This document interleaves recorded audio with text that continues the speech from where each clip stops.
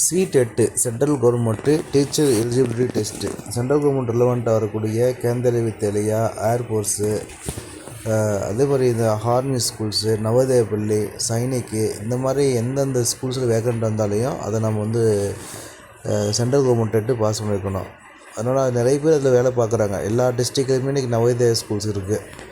அது வந்து ஒரு ஈஸியான மெத்தடு கூட. நிறைய போஸ்டிங் வந்து நிறைய போடுவாங்க.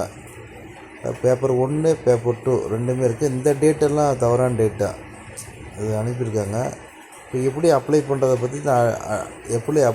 பற்றி அந்த வெப்சைட் கொடுத்துருக்குறாங்க. அந்த வெப்சைட்டை பாருங்கள். cbse.government.in போனீங்கன்னா போனீங்கன்னா ஓப்பன் ஆகிடும். ஃபீஸ் மட்டும் கொஞ்சம் அதிகமாக இருக்கும். அது மட்டும் தான் நீங்கள் பார்க்கணும். இப்போ 1, 2 பே பண்ணுறதா இருந்தால் 1000 ருபீஸு, இதை 1 மட்டும் பே பண்ணுறதா இருந்தால் 500 ருபீஸ் மாதிரி கொடுத்துக்குறாங்க. அது உங்களுக்கு எல்லாருக்கும் தெரியும். பார்த்துட்டு இங்கே என்னென்ன கொடுத்துருக்காங்க பாருங்கள். என்ன டைட்டிலு, என்ன எலிஜிபிலிட்டி, என்ன சிலபஸ்ஸு எல்லாமே கொடுத்துருப்பாங்க. எவ்வளோ எடுத்தால் குவாலிஃபைடு, C-TET, எலிஜிபிலிட்டி ஒரு கிட்டே கொடுத்துருக்குறாங்க. ஒரு பேப்பர் பாருங்கள்.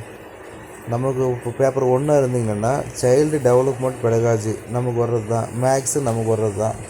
என்வரான்மெண்டல் ஸ்டடீஸு நமக்கு வர்றது தான். Language 1, language 2. அப்போ வந்து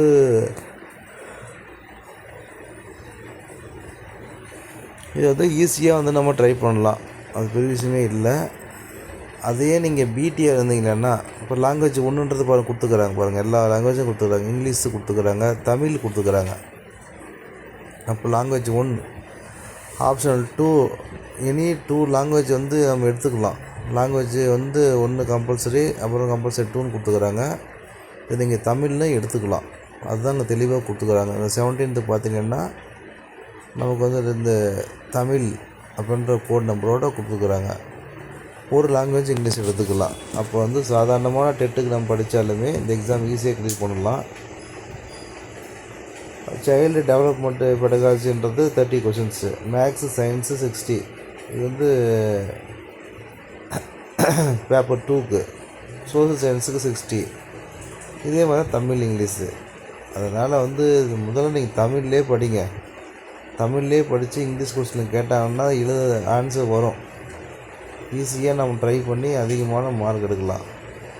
ஸோ பாஸ் பண்ணி வச்சுட்டா இந்த மாதிரி கேந்திரிய வித்யாலயா இந்த மாதிரி பள்ளிகள்லாம் நம்ம வேலை பார்க்குறதுக்கு ரொம்ப ஈஸியாக இருக்கும்.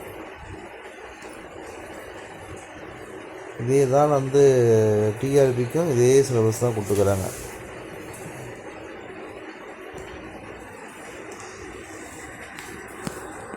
அதனால் இப்போ அறிவிப்பு என்ன இருக்குது, இது வரைக்கும் டெட்டு பாஸ் பண்ணலை அப்படின்னா இம்மிடியட்டாக நீங்கள் C-TET எழுதுறதுக்கு முயற்சி பண்ணுங்கள். ஏன்னா ரொம்ப ஷார்ட் டைமில் 1 மாதத்தில் எக்ஸாம் எழுதிடுறாங்க. இல்லை சார் இது இல்லை, நான் வேறு எதாவது எழுதிருக்கிறேன் அப்படின்னு சொன்னால் அது பார்க்கலாம். பிஜி தான் படிக்கிறேன், பிஜி மட்டுமே நான் பார்க்குறேன்னா பண்ணுங்கள், தப்பு ஒன்றும் இல்லை. இல்லை சார் நான் இந்த ஜென்ரல் டெட் எழுத போகிறேன் அப்படின்னா அதுக்கு முன்னாடி இந்த டெட்டு நீங்கள் ஃபோக்கஸ் பண்ணிங்கன்னா ஜென்ரல் டெட்டில் படிக்காமலே நீங்கள் அதிகமான மார்க் எடுக்க முடியும். ஸோ முயற்சி பண்ணி பாருங்கள்.